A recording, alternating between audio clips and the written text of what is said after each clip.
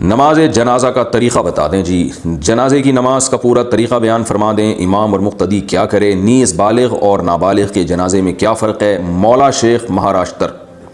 بھائی نماز جنازہ کا طریقہ بہت آسان ہے۔ نماز جنازہ میں 4 تکبیریں فرض ہیں، یعنی اگر کسی کو کچھ بھی نہ آتا ہو جنازے میں، امام نے جب اللہ اکبر کہا تو یہ بھی اللہ اکبر کہے، امام نے جب دوسری دفعہ اللہ اکبر کہا تو یہ بھی اللہ اکبر کہے، جب امام نے تیسری دفعہ اللہ اکبر کہا تو یہ تیسری دفعہ کہے، امام جب چوتھی مرتبہ اللہ اکبر کہے تو یہ چوتھی مرتبہ اللہ اکبر کہہ دے، اور امام جب سلام پھیرے تو یہ بھی سلام پھیر دے، تو یہ جنازہ ہو گیا۔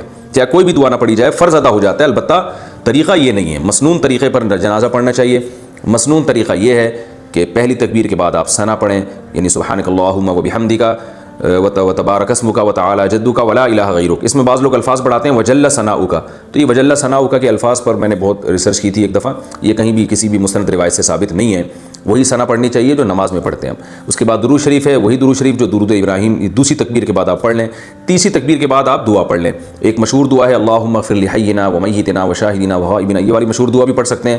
اس کے علاوہ بھی حدیث میں بہت ساری دعائیں آئی ہیں، ہم لوگ ایک ہی کو پکڑ کے بیٹھ گئے، تو بہت ساری دعائیں، بڑی اچھی اچھی دعائیں، تو کم از کم 2-4 دعائیں تو وہ یاد کر لینی چاہیے، تو وہ دعائیں بھی میت کے لیے پڑھنی چاہیے۔ اور اگر کوئی سورہ فاتحہ کو بطور دعا کے کبھی کبھار پڑھ لے تو یہ بھی جائز ہے، حدیث سے ثابت ہے۔